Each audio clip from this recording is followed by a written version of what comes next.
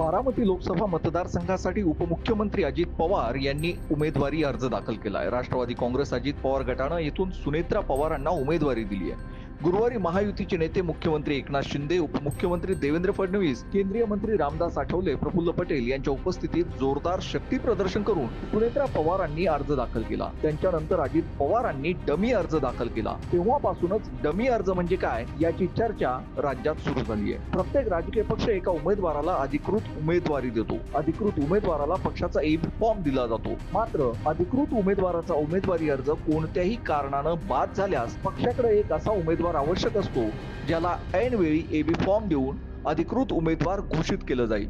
त्यासाठीच आता राजकीय पक्ष डमी उमेदवारी अर्ज दाखल करून ही सावधगिरी बाळगतायत। महाराष्ट्रातील पहिल्याच टप्प्यात काँग्रेसला डमी उमेदवाराचा फायदा कळाला।